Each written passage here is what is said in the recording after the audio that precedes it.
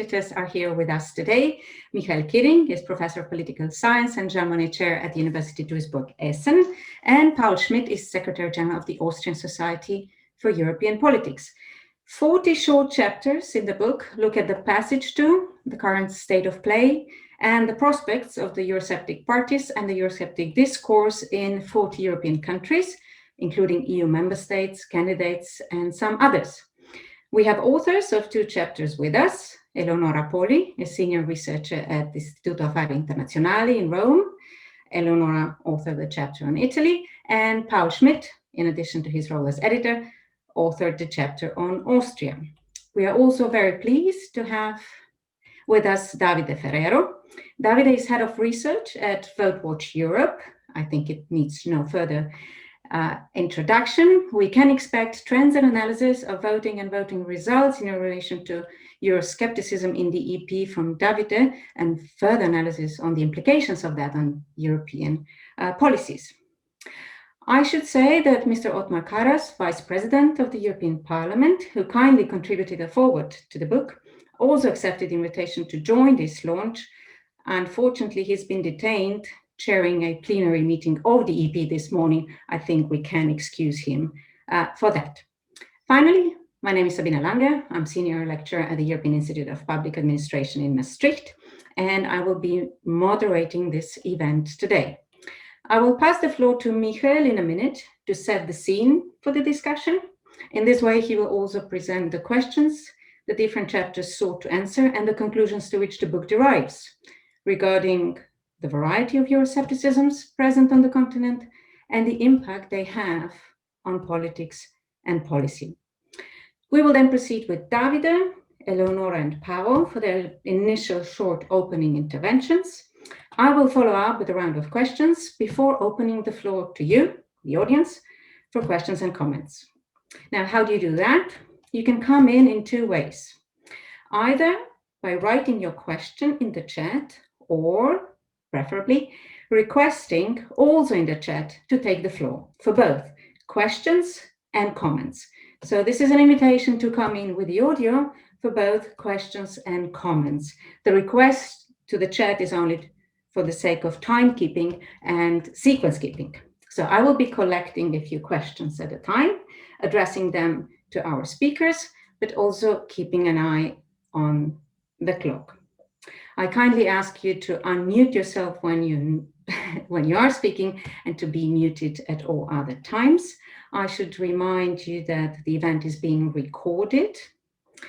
Now we have just under 90 minutes, and given that we have the editor of the book with us and that Michael's function as a scene setter is also to present the book, allow me to pass the floor on to Michael for the start.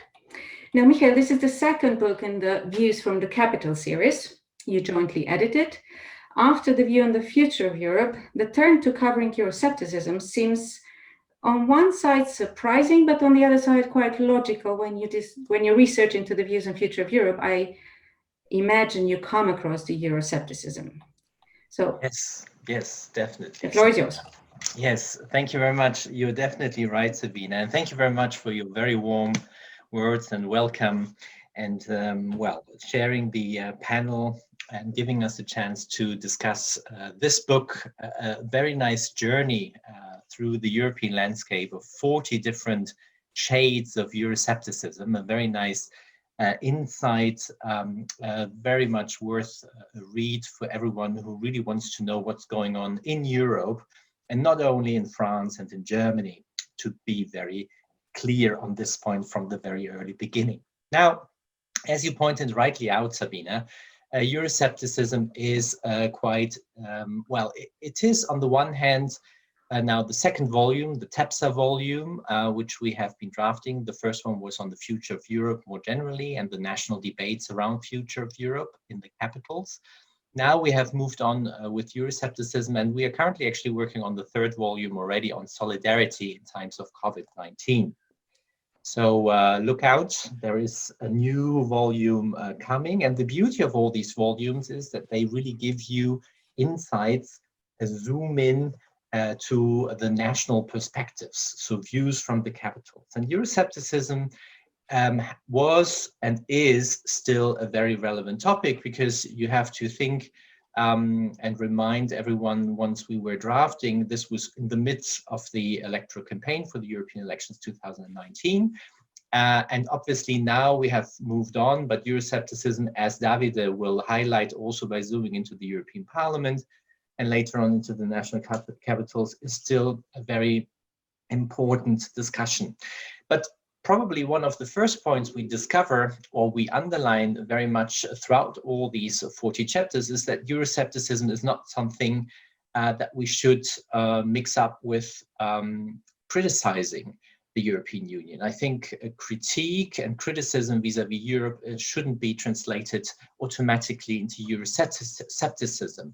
I think demands for reform of how the current European Union works is very valid, very important. Constructive criticism is important to move Europe further. But Euroscepticism is something else. It's the combination with populist trends on the left and the right. And this is something that is very nicely elaborated and highlighted in all these different 40 chapters. And the other thing is, and this is also very important, Euroscepticism as such is not something new. So we are not discussing something new, a new concept, but something we have been experiencing actually from the very early beginnings of European integration to start off with. Starting in the founding countries, there have been, or there were forms such as in France from the very early beginning, you could say. But it was more importantly, specifically with the Maastricht Treaty and the referenda taking place in a number of countries where actually Euroscepticism started thriving throughout the European Union. In the newer member states, or the member states that joined in 2004 and later, Euroscepticism and forms of Euroscepticism are still relatively new. This is also something to be aware of. So it's something that we experience for many, many years and since the beginning of membership in the European Union. But since we have different waves of EU membership, you also see that experiences, national experience with Euroscepticism varies accordingly. And something else, Euroscepticism is clearly or representing a self-standing cleavage. So Davide will show this probably that we have the classical voting patterns, for example, in the European Parliament of left and right. But Euroscepticism as such is a self-standing cleavage, and a self-standing cleavage which we find also in national politics and national parliaments. And this has also become actually quite an important feature. Allow me to be reminded of the French elections, presidential elections in 2017, for example, where presidential elections were dominated by the European cleavage predominantly. And Euroscepticism is running out of steam in some countries and running full of steam in other countries. What I want to say by this is, we are experiencing, for example, in Denmark, actually a decrease in support of Eurosceptic parties over the last couple of months. This has to do also with Brexit, but we see, because of COVID, for example, and the negotiations around the MFF and the next generation, money related in Finland, for example, a Eurosceptic party, the Finns party, has become actually very dominant and very visible again in Finnish politics after actually the European Council in June this year. So we have actually countries where Euroscepticism is rising, on the rise, and we have countries actually where Euroscepticism, within the same political setting of COVID, etc., where actually the support for European Euroscepticist parties go down. Euroscepticism is at the same time not prevalent in all countries. We still have countries such as Latvia, Lithuania, or Ireland, as a matter of fact, where actually we hardly find any forms of party political Euroscepticism, at least. And this is important also to be aware of. So we have an experience, and we witness countries where we find a lot of outspoken Euroscepticism, and I'm sure Eleonora and also Paul will elaborate on their national chapters and will show very much so the support, the waving support of Euroscepticism. And we find, and this is also important to see with Italy and Austria as test cases, Euroscepticism either on both fronts, left and right, or only on one political spectrum. For example, in Austria, as we will probably elaborate a little bit more on, but Austria is not alone. We have here Cyprus, Denmark, Estonia, Hungary, Poland, and Slovakia. These are countries where we normally find Euroscepticism at party political Euroscepticism on the right, whereas we have in all other EU countries, for all the remaining 30 countries in the European Union, where we find Euroscepticism as well as at the right, as well as at the left. And I'm sure that Davide will show this probably also for the European Parliament, because it's not only with the ID group in the European Parliament, Euroscepticism where to be found. Now, I could go on, and I know that I only have 5 minutes, but at the same time, I hope that I am able to raise a lot of moments of interesting new ideas about also the complexity of when talking about Euroscepticism across Europe. Because when you start zooming into specific countries, you will, for example, also understand that there are a very distinct and different number of Eurosceptic parties on the right and on the left in national parliaments, for example. In the Netherlands, you have a big variety of Eurosceptic parties and different forms of Euroscepticism. You have those parties that still want to leave the EU as such. They talk about Nexit, but then you have this Eurosceptic party that doesn't want to leave the EU altogether, but wants to leave projects of the EU, wants to leave the Eurozone, or wants to leave specific other projects. And so what I want to get at is that you have a big variety of Euroscepticism and different shades, so to say, of Euroscepticism that you can witness very much. Euroscepticism takes many forms. Also, while in some countries such as Czechia or Lithuania, it is mostly political parties that express forms of Euroscepticism. We have also other countries where it is actually more movements that are picking up the trend and the mood in the population, and not political parties. We have new parties emerging because of the Eurosceptic cleavage in politics, and most importantly, Euroscepticism, and that brings me to the end of my short contribution, is a moving target to the extent that it is in constant flux. You cannot compare the alternative for Germany. In Germany, for example, you cannot understand the Alternative for Deutschland if you do not appreciate also the differences in this party, comparing the situation 2017, 2019, and now in 2020. It is a moving target. It's a party that has changed faces on many accounts, jumping on very different topics. And this is just adding up to the complexity. And whether or not these Eurosceptic parties actually have power in national politics and in Europolitics is something then we elaborate very nicely in these very short opinionated contributions, these national chapters, to round up the view and the journey through the European landscape of Euroscepticism. But I think this is something I would rather prefer the other experts on the panel to elaborate. And with this, Sabina, I would hand over to you. Thank you. Thank you very much, Michael. Thank you for framing our discussions, but also showing the complexity of it on the types of Euroscepticism, and in particular, I think also on the actors. But we'll come back to you, but my next question directly coming from you goes to Davide. Michael talked about the varieties of Euroscepticism. With these many varieties, how can we then look at the impact the Eurosceptic parties have on the policies? And in particular, you are analyzing the voting results in the European Parliament. The floor is yours. Thank you, and first of all, congratulations to the author of the book for such a much needed and comprehensive study of Euroscepticism across Europe. Yes, then I will start from this point of diversity because it's quite important, in particular in light of the conversation taking place last year during the campaign for European elections. Media were inquiring us about the likelihood of a sort of super Eurosceptic group in the European Parliament, which would range from Orban to Kaczynski, Salvini, Le Pen, and so on. There was this. This was part of the campaign. This effort.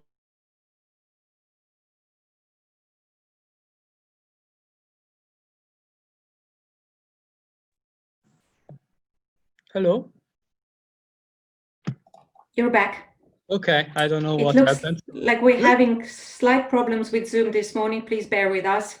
Either of us might disappear for a small glitch. You're back. Okay, I hope it wasn't censorship, as I started mentioning some names.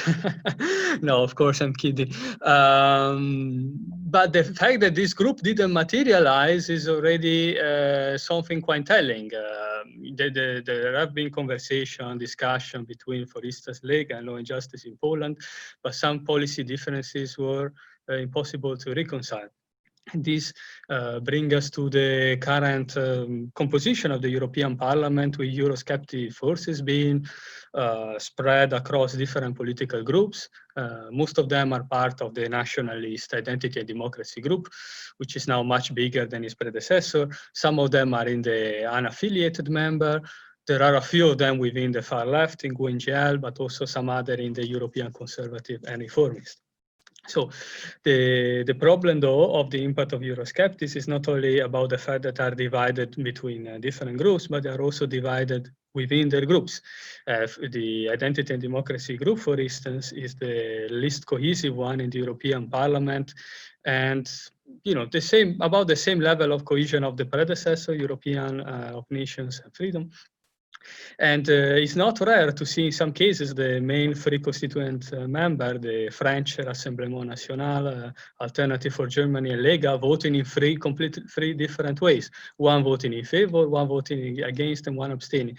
Now, the issue of the impact of a Eurosceptic in the European Parliament is that the European Parliament is not like a summit of heads of state that are discussing treaty revisions. Most of the decisions in the European Parliament, they're about regulation, they're about environmental targets, they're about trade agreements, and sometimes they don't really, these decisions, they don't really fit in a pro-European, anti-European cleavage.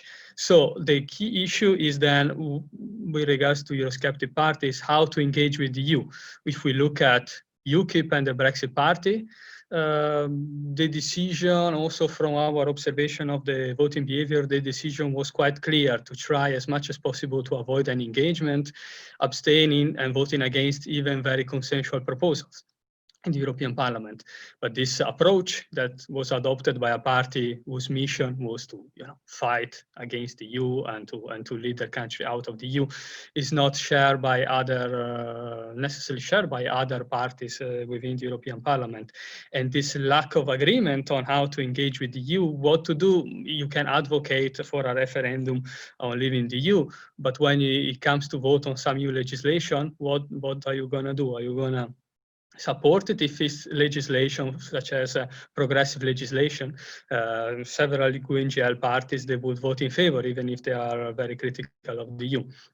So this is one of the reasons why we don't really see the fringe parties groups being very effective. One is the disagreement how to engage in the EU, and the other one is also the fact that there are some cordons sanitaires were quite visible, in particular at the beginning of the European Parliament. The ID group doesn't hold any position in the European Parliament, was prevented by the other group from getting under position, and the cordon sanitaire was also extended to Polish Law and Justice, for instance. That's the reason ECR didn't get any vice president of the European Parliament, and didn't get the Polish Conservative didn't get the chair of the Committee on Employment and Social Affairs.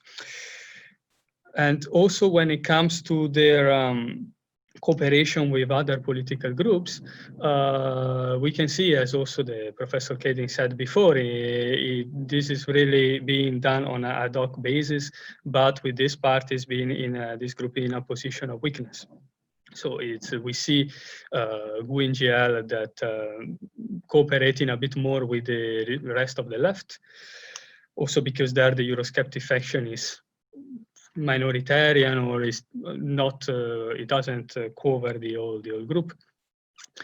Whereas the Identity and Democracy group try to cooperate a bit more than they used to with the EPP and with ECR. So the Identity and Democracy group under the Italian leadership started to get closer to the other right-wing groups. But the problem is that EPP, problem for them is that the EPP prefers cooperation with the center. So only when the EPP votes in favor, in the same way as these other groups, is usually when the EPP is on the minority side, because the balance of power in the European Parliament is also, we showed in early January, our first analysis on the trends in the European Parliament, the balance of power has shifted towards the center left. Now, one important impact, though, of the Eurosceptic and nationalist discourse in the European Parliament, it was on the cohesion of the EPP. At the beginning of this parliamentary term, we observed quite a decrease in the internal cohesion of the EPP, in particular as issues like migration, but also as climate were put to the fore. And it's clear that within the EPP, there are disagreements on how to address the rise of nationalist competitors and conservative competitors. Some of them, in particular from the Benelux and the northern countries, they prefer to keep policy distance from them. Others, in particular from Southern Europe, they are in favor of dialogue. And others, in particular from some of the Central and Eastern European parties within the EPP, Fidesz, most notably, and their allies, they are sort of mimicking also some of the position of these parties. And so this was one, I would say, probably the biggest impact that the rise of these parties had, not really in terms of influencing the outcome, because they are divided how to influence the outcome, but more on the influence of other groups. But so far, it seems that this influence is mainly observed regarding the EPP. And so with this, I conclude, but of course, happy to answer further questions on this. Thank you very much, Davide. Thank you for the examples that lead us to our next speaker. That will be Eleonora Poli. Italy has a particularly rich and also dynamic landscape of Euroscepticism. Eleonora, in your research, what was, let's say, the novelty that you discovered? Thank you very much, Sabina. Yes, unfortunately, Italy is now making the headlines for being one of the most Eurosceptic country in the European Union. And unfortunately, the rise of the COVID crisis has not changed this trend. I would say that at the moment, the main feeling characterizing Italian citizens is fear. There is a fear for the sanitarian crisis, COVID per se, but also there is a growing fear about the economic consequences that this sanitarian crisis will have at national level. And this is somehow connected to Euroscepticism. The majority of the Italians still believe that the European Union has not shown any sort of solidarity, that the European Union has not been effective in helping Italy in facing the crisis. At the moment, still the majority of the Italians believe that the European Union is not effective. I'm sure that things will change as soon as the next European package will enter into force. So when we will have effective transfer of funding from the European Union to Italy. This, of course, will change, I hope, the Italian perspectives. But at the moment, the majority of basically ideas are evolving around the national situation and the national condition. On the one hand, the trust that the government had during the rise of the crisis in March is down is now going down. Still, Italians tend to agree with the need for measures to contrast, the sanitarian crisis, even harsh measures, but they tend to trust more local governments. And this is directly linked to Euroscepticism. If you consider that the majority of the Italian regions are now governed by, you can say, Eurosceptic coalition, so right-wing coalition led by Lega. So, of course, regional governments are playing a very important part in raising these sentiments against the European Union, in somehow fueling a sort of anti-European discourses, because it's easier when you have a scapegoat to accuse and you don't have answer, you just accuse the European Union of not doing something, or other member countries. In April 2020, the majority of Italian citizens considered France and Germany as enemy countries, while China and Russia to be a sort of solidar to Italy. And these data are quite alarming if you consider also the level of solidarity that in the end Italy experienced from EU member countries. But on the other hand, if you consider Lega as the most Eurosceptic parties in Italy, there is an inverse trend, in the sense that Salvini per se is losing some support. Lega is still the first party, according to the Italian poll. It has around 24-25% of support, followed by the Democratic Party, which is governing in the government now. But the third party is Fratelli d'Italia, which is an ultra-right-wing party, which is gaining a lot of support, especially during the COVID crisis. And this was at the expenses of Salvini, basically. Salvini was not able to lead this crisis to acquire more legitimacy to govern the country, because basically its rhetoric was mainly based on the problem of migrants and migration. And at the beginning, it tended to consider the COVID crisis as a known crisis, and the maneuver put forward by the government as not necessary. And this cost him a lot of legitimacy at the very regional level, especially because some of the Lega leaders in key regions, such as Lombardy, were not able to face effectively the crisis. If you look at Veneto, which is in the northeast, and it used to be it is a region controlled by Lega, basically. I'm from the region, and since I was born, I never see any other government than Lega. The regional governor there, Luca Zaia, has been able to manage the crisis much better than any other regions in Italy. And at the recent regional elections, he somehow detached from Lega, and he got 75% of the vote at regional level, and is now probably is going to be the national competitors of Salvini. Probably he will create another party or a sort of alternative of Lega, which is still going to be, I believe, Eurosceptic, more based on regional autonomy than, it's not going to be a nationalist party. This, in terms of Euroscepticism, will have an impact, in the sense that Salvini has been building a sort of anti-European rhetoric based on the need for more national sovereignty, but he didn't have a very clear idea of what the European Union had to do in Italy, or what Italy has to do without the European Union.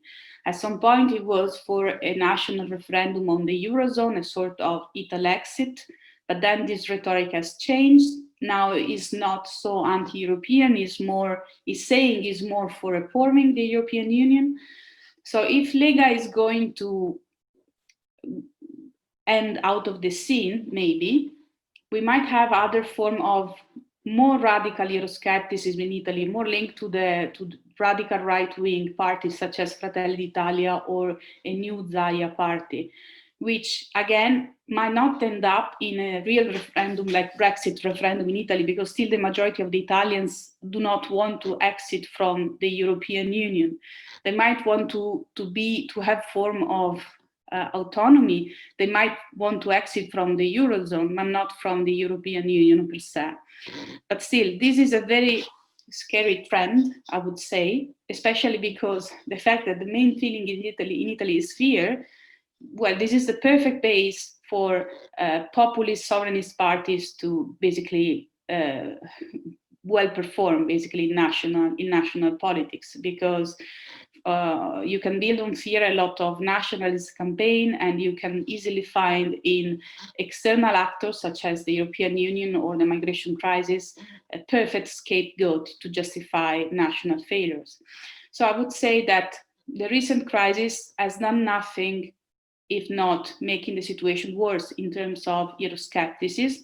The unique hope for the future is that the reforms put in place by the European institution would work, and that they will be well communicated to the Italian citizens, that they will start to realize that basically the European Union is doing something, especially because the majority of the Italians show somehow solidarity to other European citizens. So there is this trend where, you know, maybe they don't trust the European Union, they don't think the European Union is doing much, they don't trust national governments of other European countries, but still there is a sense of solidarities among, you know, citizens also in other European countries. So this means that there is a sort of sense of being European. It's just that this is not reflected in trust in the institutions, or, you know, the sort of Euro bureaucracy.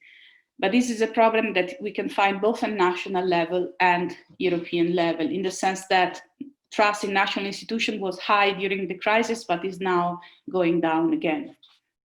Thank you, Sabina. Thank you very much, Eleonora. I think the question of levels added with your intervention is particularly interesting. It's not just European national, you specifically talk about regional and local, and I think the interplay of these levels and how they can be reflected in different politics is a question worth monitoring more closely in the future. But let me turn to Paul now. In addition to you being the editor of the book, you also authored the Austrian chapter. I think Austrian politics has been undergoing quite some changes in the last, I would say, already a decade or so. Surprisingly for many, Austrian government kept on top of the governments who would cast a negative vote in the council, while being actually relatively pro-European, but having domestic political issues that explain these votes. So what's going on in the Euroscepticism discourse in Austria at the moment? Thank you very much, Sabina, also for chairing this event today. I think I can follow up to what Eleonora said about Italy. Austria is not an island where we can actually somehow close borders, or think we can close borders, and then all these developments have nothing to do with us. And also keeping in mind that Austria is quite a small but open economy, which whose welfare depends very much on the single market. And Italy is one of the most important trading partners for us. But of course, Italy was hit by the various crises, by this multiple crisis, much stronger than Austria at this point in time. When we think about the financial crisis, and then the migration policy crisis, and of course the health crisis now, they all overlap, and then you have political results and an impact and consequences for the political landscape. We've seen that also in Austria, and the political landscape and the developments there are quite a roller coaster ride. A little bit what Michael said in the beginning, that in some countries, Euroscepticism actually decreases or even doesn't exist, and in other countries, it is increasing at this very point in time. So it depends very much on what is going on in those countries, and that's why the book gives you such an insight, because you can just choose one country and have a look in what is happening, and then why, the background of their arguments at European level, be it in the European Parliament, that what Davide just said, or in the Council with member states. And domestic policies very much influence the European decisions and the European positions. And I think Austria is no exception. quite on the contrary, our European positioning is very much geared by domestic reasoning, and that's why it is sometimes difficult to understand, because it doesn't reflect an discussion of the whole European picture, which would be so important, but has to do with domestic political developments. Now, in Austria, one thing is very clear. We've been in the European Union for 25 years. We've joined in 95, and there is a very broad support for Austrian EU membership ever since. It's more than 70%. And this EU support in the public has increased with Brexit quite substantially. That's something that we've seen in other countries as well. Now, at the same time, there is criticism, ample criticism, on the functioning of the European Union. But that's sometimes in political discourse, that's somehow emphasized as a European Union which acts independently from domestic political concern, and the country's role within the European Union, the fact that actually we sit on the table where decisions are taken and there is no decision taken where we don't have a say, this is sometimes lost in the discourse, and it is sometimes a rhetoric which tries to paint a picture or draw a picture where sometimes some political parties seem to be in opposition to what the European Union is actually doing, as if they would not be part of that whole European concert. Now, we've had since 2000, we've had two governmental coalitions with the very right-wing FPÖ, the Austrian Freedom Party. They never finished their legislative term, in fact, because the FPÖ broke up, because there's quite a strong tension between their radical attitude in opposition and their more moderate approach also to European affairs once they're a junior partner in government. So that doesn't go together, and that's why we've had the experience of implosion of the FPÖ, which seems to take us to the conclusion that they're not fit for government. Now, one thing is, if you look at the chapters, one thing is the participation of those parties, those Eurosceptic parties, in governments, and the questions whether they change to a more moderate attitude once they're in government, or whether they don't change and the whole government gets more radical. But the other thing is, what is the role of those political parties in opposition? And there, from the Austrian perspective, it seems like, also keeping in mind the migration crisis, it seems like their leverage to set the political agenda and to influence the central political agenda of other parties and their political position is much stronger in opposition than in government, in fact. And also, if you look at the European Parliament and what Davide talked about, it's not only about the strength of those parties, but the way they actually introduce their views into a political agenda. Now, what we see at the moment in Austria is a new coalition government with the conservative Austrian People's Party and the Green Party, which is an interesting experiment.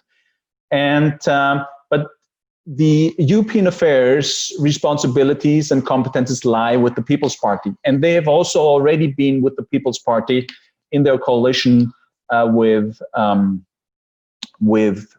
the FPÖ, with the Freedom Party. And their approach is also very much driven by domestic political thinking. It is very much driven by the fact that that this should not be a European Union which is only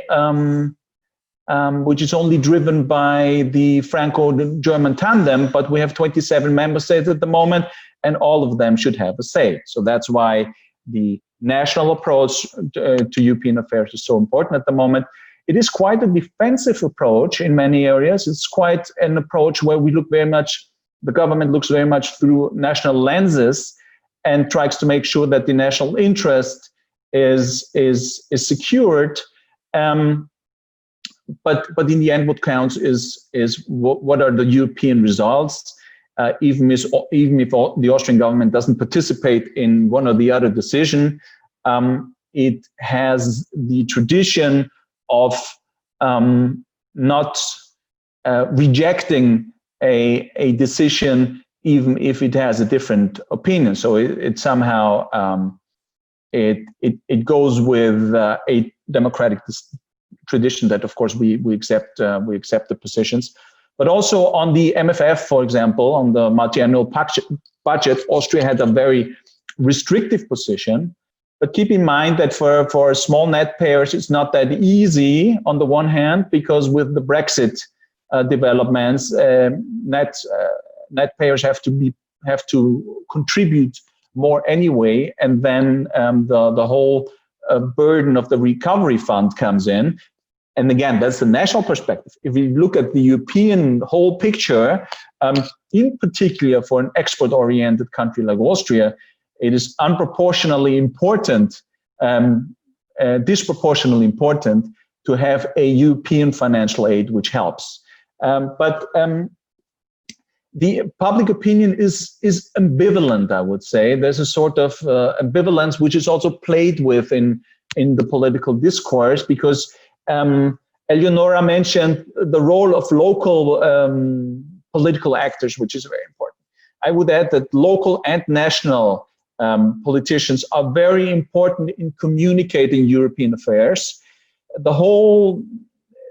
I think that's one of the conclusions of the book, that it shows that because of this great diversity, you cannot rely on an EU communication out of Brussels and out of European institutions. You need the political will in the capitals and on the local level, and you need people that understand that they have a European role to play and a European responsibility as well. And when they talk and when they within their political statements and within their discourse, they are there also to explain and defend and sometimes criticize, but always constructively, what is going on the European level.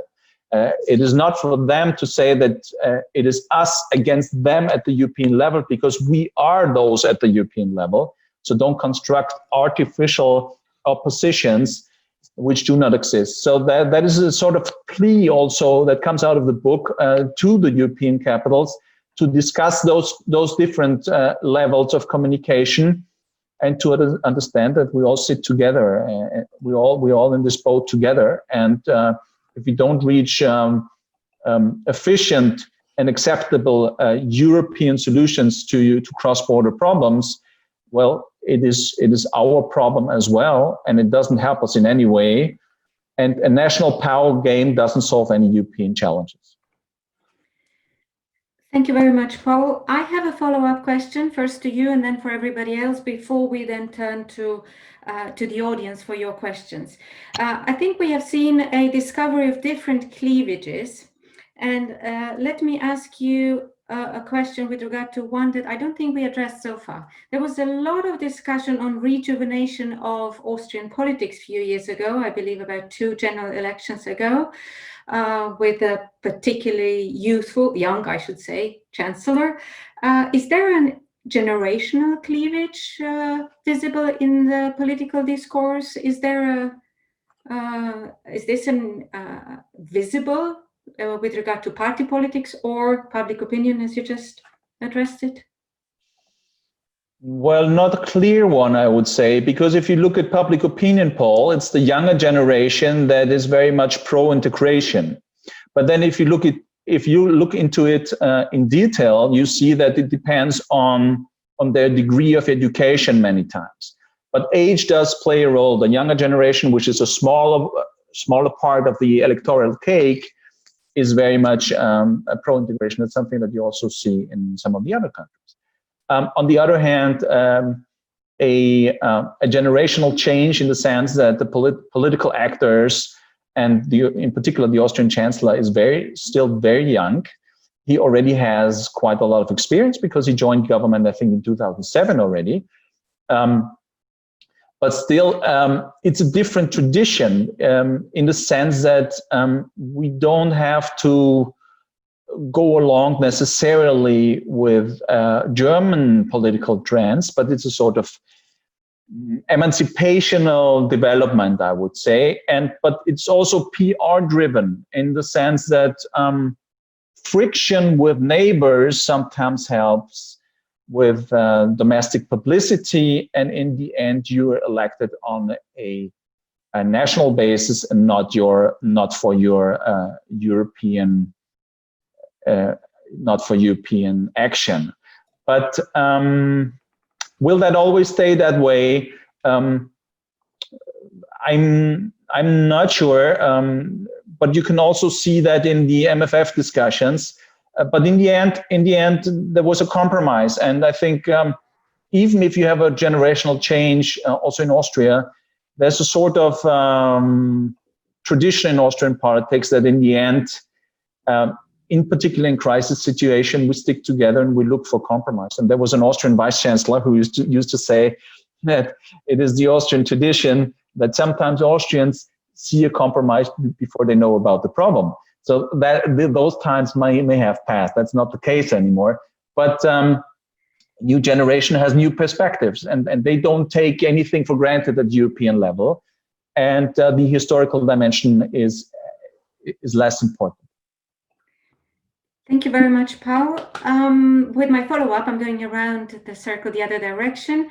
Eleonora, you opened up this levels, and could I ask you for another cleavage, if you're observing it or have you seen it in your research, the one between cities and less urbanized areas? Do we have any research results, or do we observe any differences with regard to Euroscepticism in that respect, in relation to maybe also the generations, the education, and I imagine geography, north and south, in particular in Italy?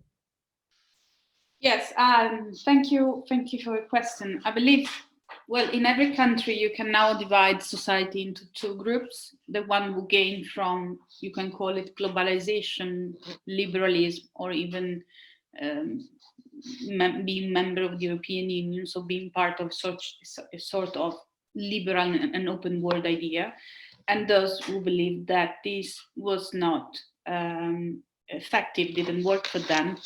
And of course, if you translate it into urban and non-urban level, you can see that the majority of the people would tend to trust, this kind of multinational, multi-liberal system or global system. They tend to live in cities because basically they are more exposed to both the benefit but also the non-benefit of this sort of world. And being exposed to non-benefit, they can also understand what is not working and what is working.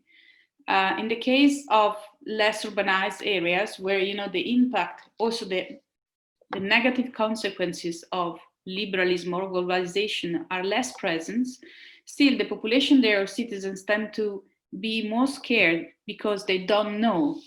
Basically, they don't experience in their daily life the problem of, for instance, migration or the loss of identity. It's more a perception, and perception actually is working more than reality. You can see also in the case of Brexit, where regions that were less affected by migrants were the one that voted to exit from the European Union, and one of the reasons was because of migration. And this is present also in Italy. If you consider that northern Italian regions, it are the richest and also the ones benefiting the best from good migration, in the sense that migrants are well integrated, they work, they don't represent a problem for society. Still, they are the ones that are mostly against migration. They consider migration as a real crisis, and they believe, borders in Italy should be closed, to then face the problem we faced during the COVID crisis of not having anyone working in the fields during the summer in agricultural factories, because those jobs were mainly done by migrants. So you can see that the problem today is more perception of, what can happen than, real experience of problems. And this is something that you can apply to all countries and to all level of society, saying that, of course, if you live in a bigger environment, you are exposed more to reality, so you understand what are the risks. While if you're living in the periphery, it's less likely you will experience that. That is my understanding of the issue. If I can say also something, I saw there is another question about France. If I can add something. I think, I'm not an expert of France, but I think, the main problem, and one of the reasons why we have this race of Euroscepticism, populism, or sovereignism, you can call it in different ways, is also because there is a lack of directness by institutional parties or governments. We have been living in this sort of ambivalence, where, in order to be politically correct, political parties or institutions or government tend to be more gray, more relative. And populist parties are gaining a lot of support also because they are direct. They pick an answer. Of course, most of the time is not a correct answer, but they provide a sort of direction. And this is lacking in many of the traditional parties, that in order to acquire more legitimacy and more support from different areas of society, they tend to become gray.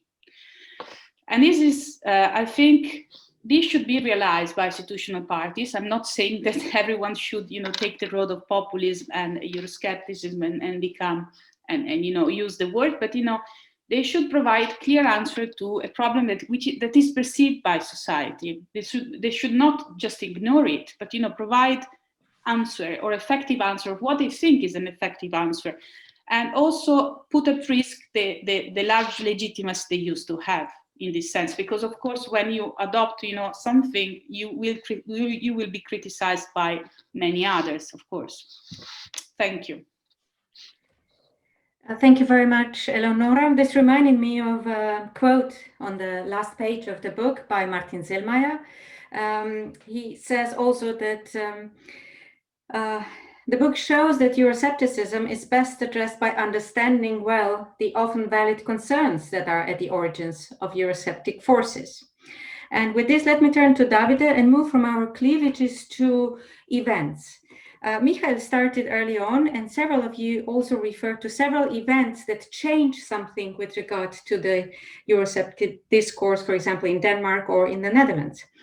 Now, when looking at the European Parliament, very early on, before I would say they felt comfortable in the saddle, in principle, the EU turned to crisis management and decision-making in crisis management.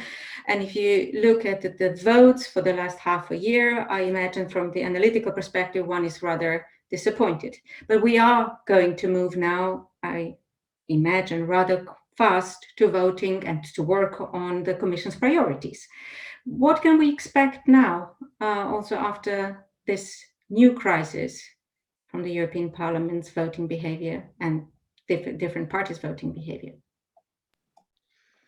Thank you. Yes, I think the changes that we observed over the past few months are temporary changes in the end. They are also linked to the changes that we see in the opinion polls, rally around the flag with people running behind incumbents at time of crisis. Also in the European Parliament, we saw that in particular during the spring, the crisis management period, there was more consensus in the European Parliament regarding this initiative, so fewer divisions. But now, as the crisis continue, but in a way, in terms of narrative, we are not in the same sort of emergency narrative as before. We see reappearing what we observed at the beginning of the term, and the impact of the fragmentation, because apart from the rise of Euroscepticism and nationalism, we saw the growth of the ID group. There is also the fragmentation, which means that coalition building in the European Parliament it's much more difficult than it used to be because you need more parties involved. Also taking into account the big distance between the parliament and the council, since the current composition of the council is now much more to the right compared to the parliamentary one, and we see this reflected in so many different policy issues. Now, there is clearly a majority on different policies that will be able to pass the amended proposals, legislation that the Commission will put forward. These majorities will be based on ad hoc basis, and I think still quite optimistic that there won't be a blockage, also because the Eurosceptic forces are not united, and in some cases they will support. Some trade agreements were supported by some Eurosceptic parties. Some environmental legislation can get the support of the far left.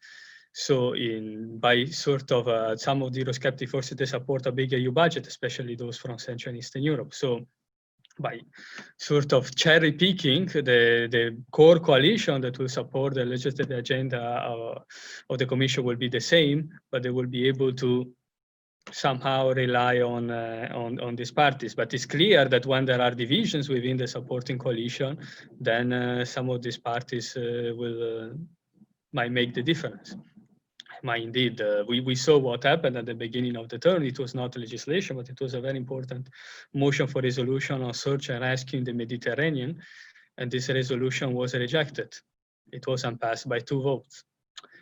And it's clear that it's not going to be as easy as in the past, but it's still there is still a way forward.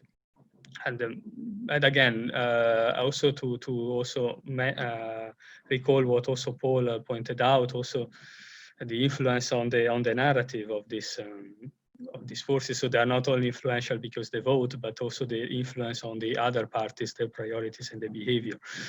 And again, once with the EPP that has fewer coalition partners than it used to be, because the left doesn't have problem to engage with the center left, doesn't have problem to engage with the Greens or with the far left, but in the EPP they don't know how to engage with the right-wing nationalists.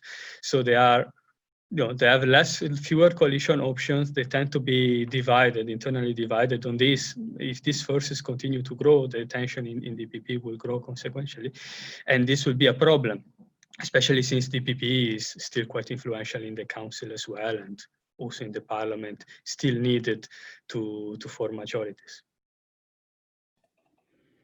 My last follow-up question goes to Michael, but before I give him the floor, renew the invitation to the audience to either pose your questions in the chat or preferably ask to take the floor for your comments and questions also in the chat. Michael, after these 2 rounds, going back to the framework, I had a feeling in the beginning that we're talking about certain discrepancies between different levels of politics and the discourses on Euroscepticism at these levels. But after listening to Davide now, I got more of the feeling that we do have a more common, let's say, pillar of Euroscepticism that goes from local to national to European. Or am I being too simplistic here? Yeah, well, thank you very much. I have been enjoying listening to the panelists very much, and there are many things that popped up, and also one of the issues you were just addressing, Sabina. I mean, Euroscepticism is not something we only find in Brussels or something we find in the capitals, but we find it, obviously, Eleonora pointed this out, the importance of regions, and this is of major concern, and this is exactly where Paul also comes in when we have to think about how to address the issue of Euroscepticism and the diversity, the different shapes of Euroscepticism. These local levels, these regional levels are key. They are very, very important.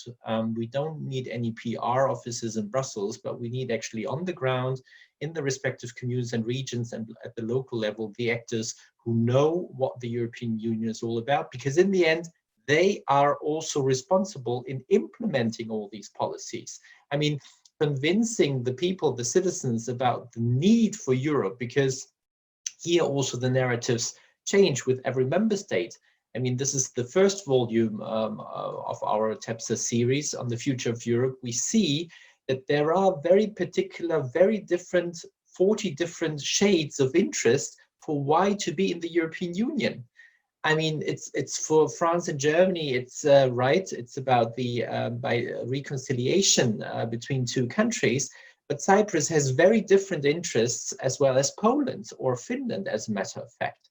And this triggers down to the local and the regional levels, but they are important because it is in Brussels where the laws are decided and taken, but in the end, they only become living rights and rules on the ground once the street level implementers implement appropriately, understand, and also implement those EU policies. So this is of important, like Eleonora said, I mean, the big challenge now in Italy is you might have been relieved after the elections that there is now a let's say more pro-European government in place. But in the end, we have to understand that in Italy, even more than maybe even than in other countries, it's utmost important to understand who has the power, who is in power also at the regional level. And there, we really have to be very, very much concerned. And obviously, this differs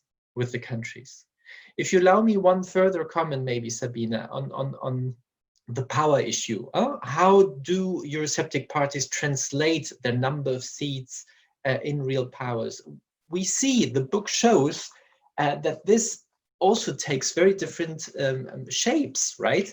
We have countries that have tried out coalition governments, right? Austria is a good example, but we have Finland also, and in Finland, very interestingly, a very similar actually experience than like in Austria, where actually a Eurosceptic party becomes the smaller coalition partner and is, like Aul said, imploding all by sudden. Once it has to take responsibilities, it has to agree on the Greek rescue umbrella, it had to take responsibilities, it had to take a lead.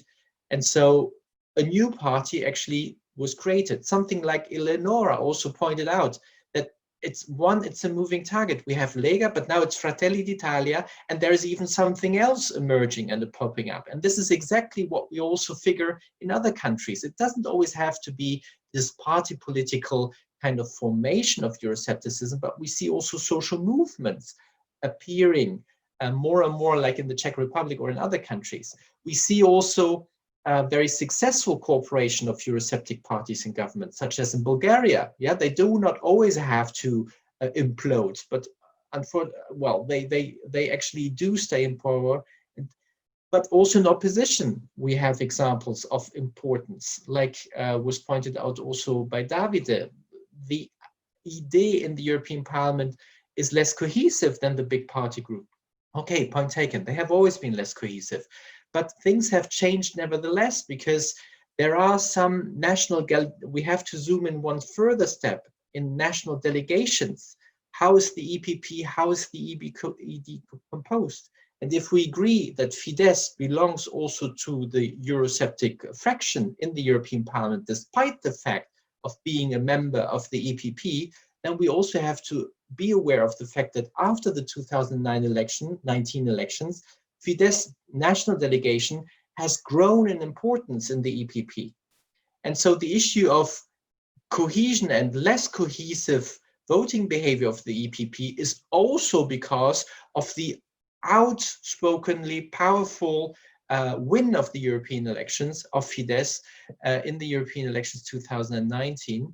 And that obviously brings the EPP to problems internally, but also potential alternative coalitions to be sought at on the other side of the political spectrum. There is so much more I could elaborate upon, but I leave it here for the time being and wait for further questions. Thank you very much, Michael. I have 3 questions. I will read out 2. They're not addressed to any particular view, so you can pick and choose. And then I will invite Roger Casale, the Secretary General of New Europeans, to come in with his comment and questions.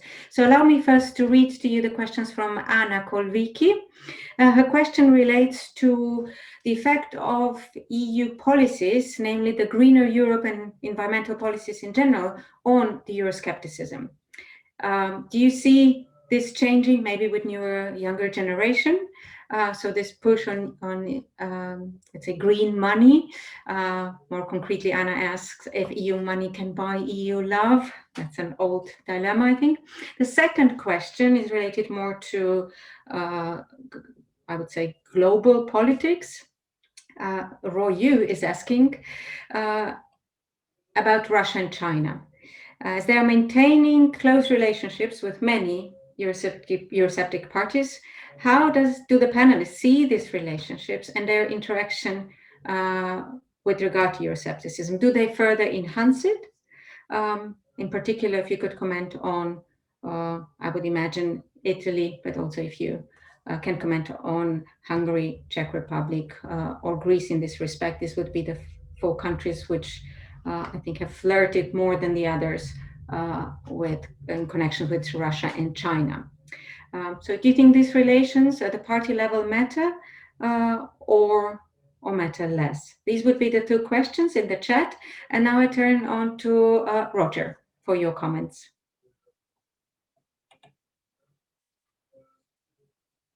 The floor is yours.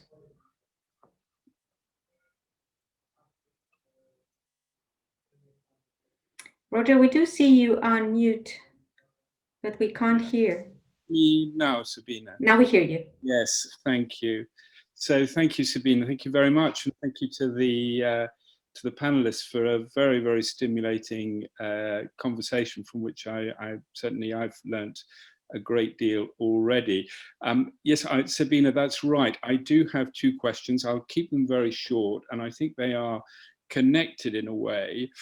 My first question is about the view from one European capital that we haven't mentioned, although Eleonora did touch on it so far, which is the view from Paris. And of course, we've had this horrendous event with the murder of a school teacher, also a civil servant, in the last few days. And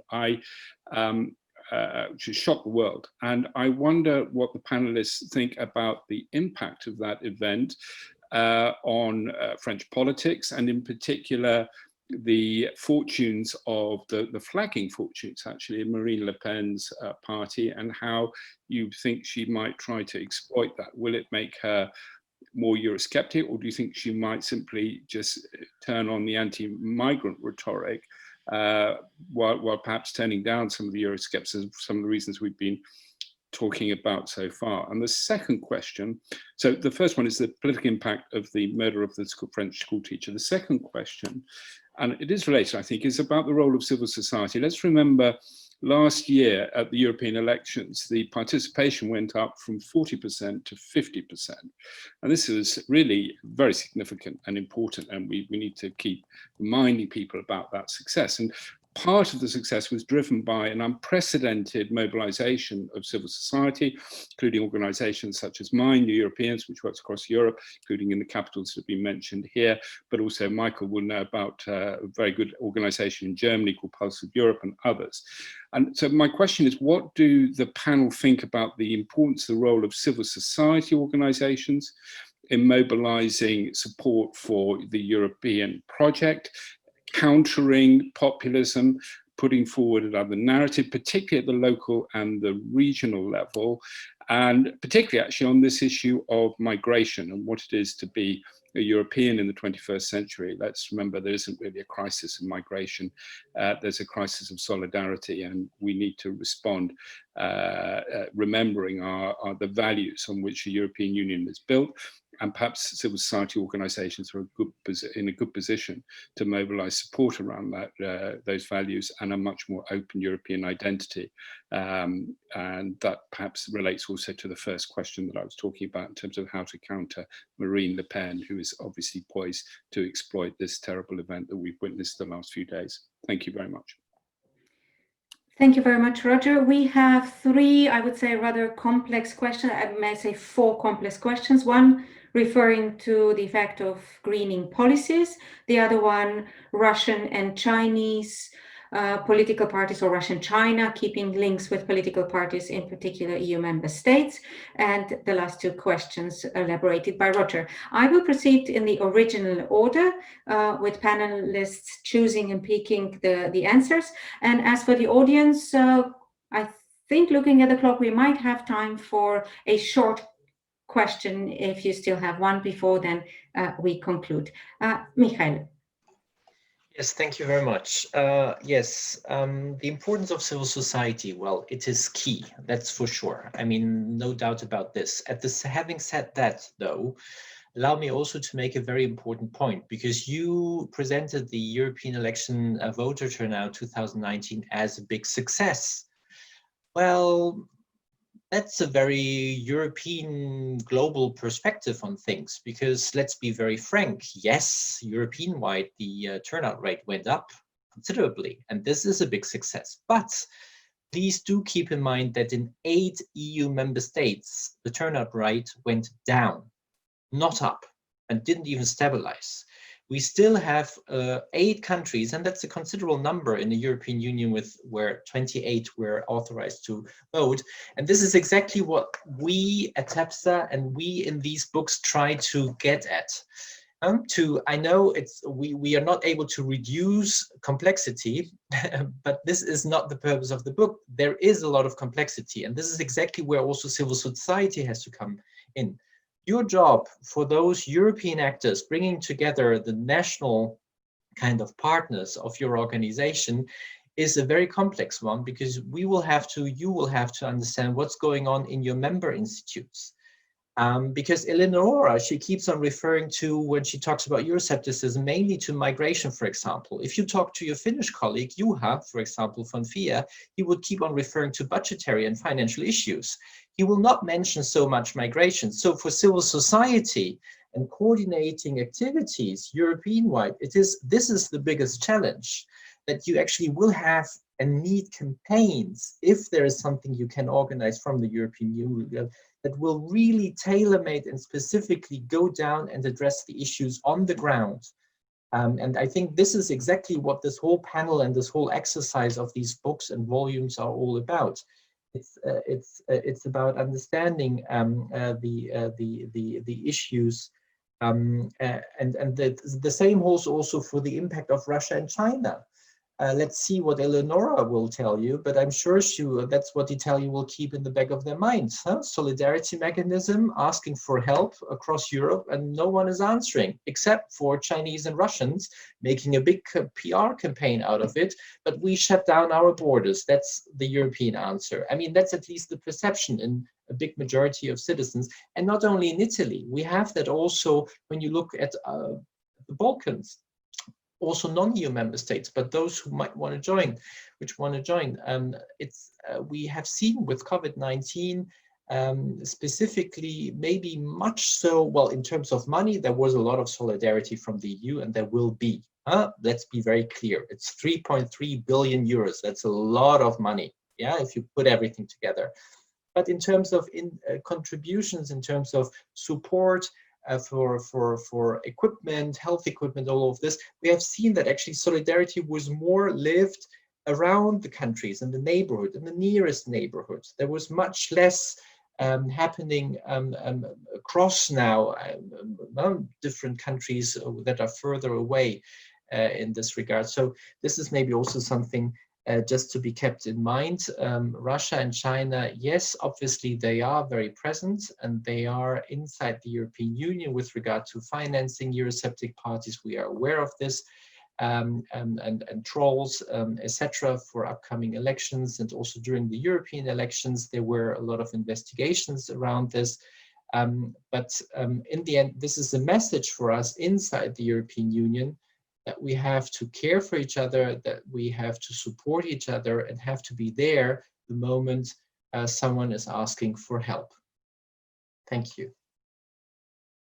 Thank you very much, Michael. Davide. Okay, I think I will take the one about the European Green Deal and the relation with Euroscepticism. So there are topics that tend to favor some political forces compared to others, meaning that it's not very easy to argue against the environment. And from the reactions that we saw from some of the Eurosceptic parties, and particularly right-wing Eurosceptic parties in the European Parliament, they often try to change the topic, towards more favorable topics such as migration and so on. Also because in some of European countries, there is public opinion support for more environmental ambition, and how Eurosceptic parties are trying to address this. They address it in different ways, depending also on the countries they are from. Some of them, they try to ignore it, or to, as I said, to divert attention towards other topics.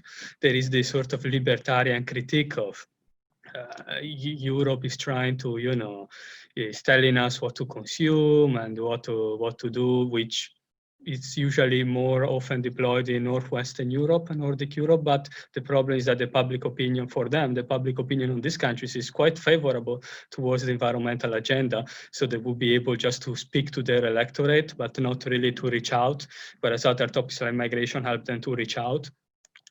Where I think there is some potential is Central and Eastern Europe, clearly, because it's clear that there is a divide in terms of public support for environmental policy. Also, Eurobarometer, other data, they show that environment is not a top priority in Northwestern Europe, but it's not a top priority in most Central and Eastern European countries.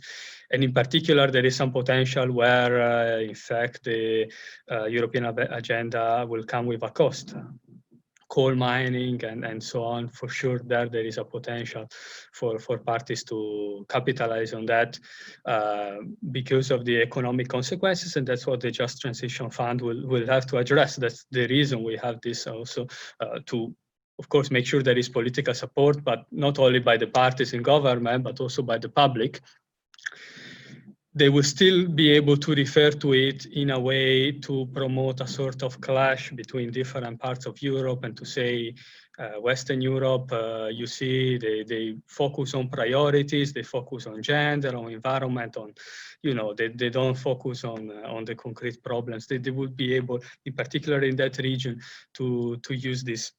But I think in general, the environmental agenda of the European institution doesn't help much Euroscepticism, also considering that the fact that this seems to be a favorable topic compared to others to promote the EU and what the EU is doing. Thank you very much, Davide. Eleonora, you share these views in relation to Italy, but also other questions to you.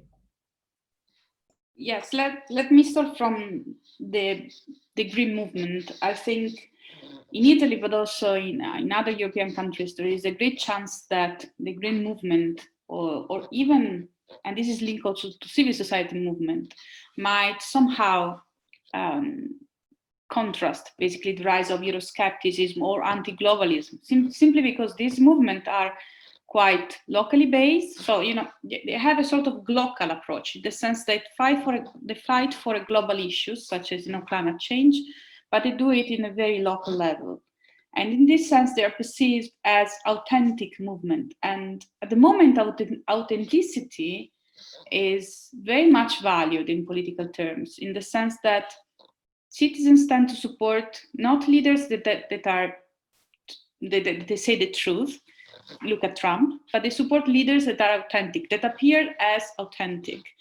So I think because civil society movements have a very specific identity, they are true to themselves, they have basically, I think, more chances to be successful against, populist movement or populist parties.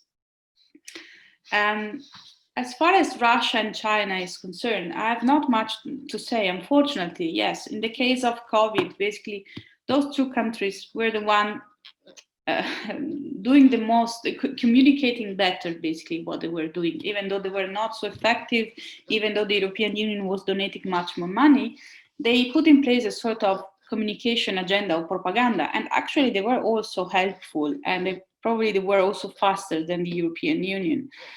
This is not something new, unfortunately. Italy has been has been in deep relationship with Russia and China even before the crisis.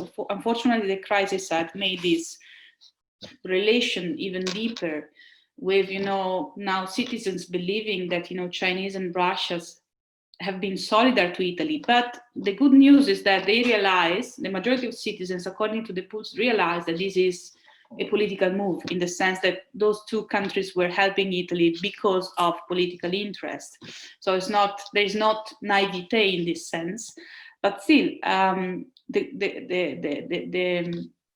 it's true that Italy is one of the most pro-Russian countries in the European Union, and this is mostly linked to the fact that geopolitically we don't have much to share with Russia. We are far away, and we do not perceive Russia as an enemy or a problem simply because it's far away from our borders. Logically, the situation would be different if Italy was Estonia or other countries, also because historically we didn't have much to share with Russia. But I think the solution there is communicating better what the European Union is doing, both at the European but also national level, because let's say it, the government in Italy has never been very much vocal about the lack of democracy in those countries. It comes as a second issue or a third issue. The main issue is what those countries can do for Italy, and then leave their problem at the national level. So in this sense, I think Italian politics lacks of a bit of how can I say, sense of trust in the value of democracy, basically abroad. It's not propagating this idea, unfortunately. Thank you very much, Eleonora. Paul, you have a few minutes before we do the last round. Yes, thank you, Sabina. Well, some elements with which I can try to answer the questions raised. To Anna on the greener Europe and the question whether money can buy love, I would agree that it can't buy love, but the Green Deal is very, to different degrees in the different countries, but from an Austrian perspective, it is very popular. It is very popular, and the question is, people understand and perceive and are aware of the fact that this is a cross-border issue that can only be solved together. And the question is, how will we do with implementation? Can we fulfill can we meet our objectives, in fact? And this is in fact a fine line to walk, no? Because against the background of the Corona crisis and with the heavy economic recession, we will have a strong social dimension there. A rise in inequality, stronger state interventions, more debts. And the question is, in that situation, can we actually, as the president of the EU Commission, von der Leyen, argued, can we actually come out stronger from this fragile position? Can we use this weakness, which we see at the moment, for change and for stronger investment in the Green Deal? And if we can actually do that, I think it will reduce Euroscepticism quite a lot, but it's a long way to go, I would say.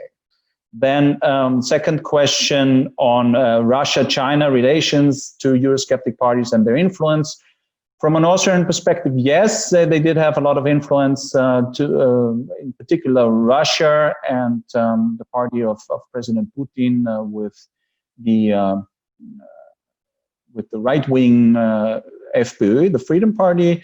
But the Freedom Party is, because of many corruption cases, the government imploded, and it's at this point in time out of government and quite out of order, I would say. So there's a reduction of influence there.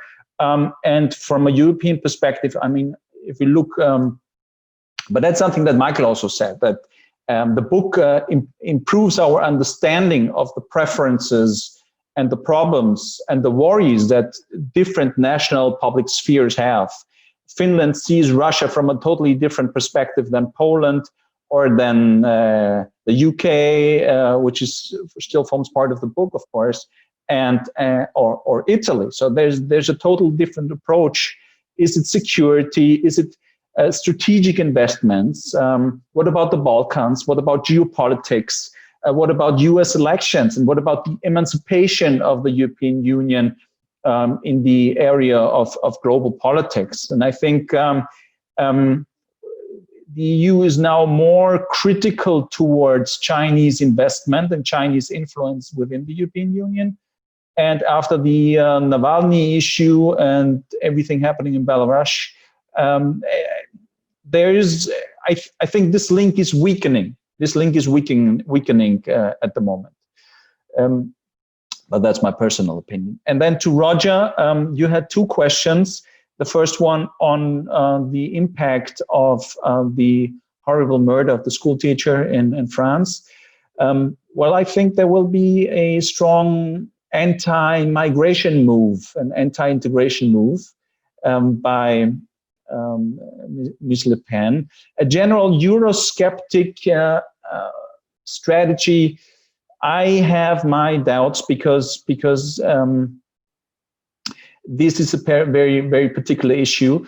But for a European level, that means that after so many years of disagreement, we have to get to terms with a joint approach on asylum and migration policies, which is almost mission impossible, I would say. But we have to improve there. I mean, this is a situation which cannot go on for much longer. And the question of civil society involvement, your second question, Roger, is a very important question. And from an Austrian perspective, I can tell you, for example, on the issue of migration and the question of the burned down refugee camp in Lesbos, Moria camp, and the issue of bringing young people and kids with their families and distributing them between countries. There was an issue where Austria says no, because they say that the government says that this has been, we've done much more than many other countries before, and this is not the kind of help, it's not sustainable and doesn't make sense, whatever.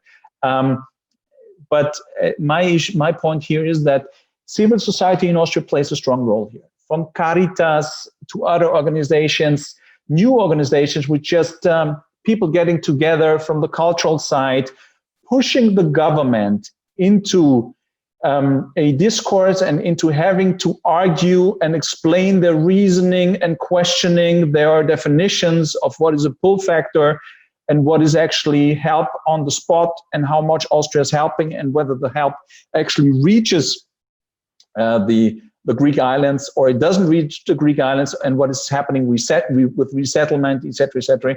And they are very outspoken with good relations to the media. So there is civil society pressure on governments, at least to explain themselves and at least to increase the amount of money which is used in development aid. So this is a particular example there, but it has a very important role, and this is not the only role where civil society is very important. I mean, if you look at the whole countries in the Western Balkans, for example, and I finished there, where accession negotiations are not really advancing, and the rule of law is not only an issue within the European Union, but this question of credibility towards the whole enlargement process, and there the whole democratization and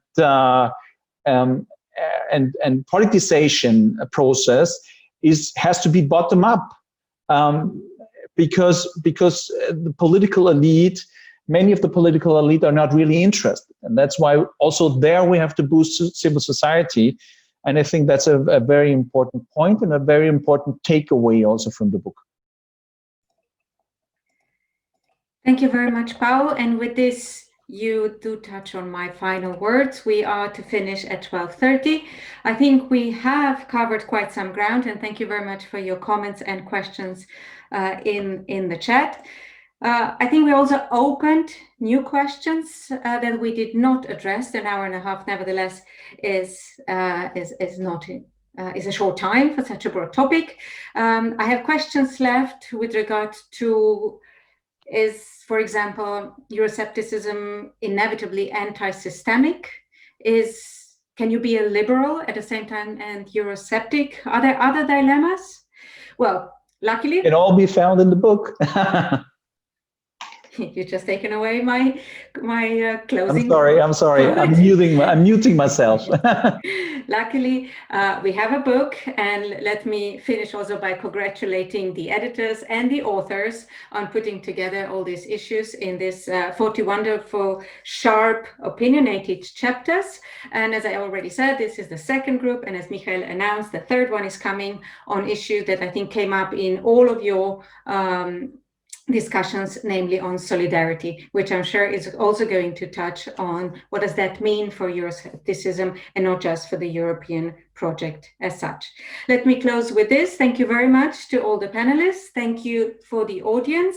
Let me just remind you that this has been recorded, and you are more than welcome to refer the recording to your colleagues and friends and tune in for the next in TEPSA webinar series.